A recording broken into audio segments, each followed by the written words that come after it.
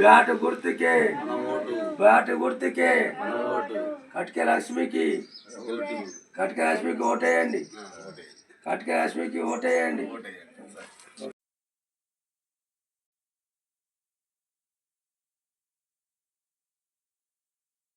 అబర్పేట్ బొంపల్లి మండలంలో నగరం గ్రామం కట్కే కట్కే అశోక్ సర్పంచ్గా నా భార్య నిలబడ్డది. నేను అవి రోడ్లు కానీ ఇక్కడికి సిసి రోడ్డు కానీ గ్రామంలో స్కూలు కానీ మోర్లు కానీ కరెంటు సమస్య ఉంది, మోర్ల సమస్య ఉంది.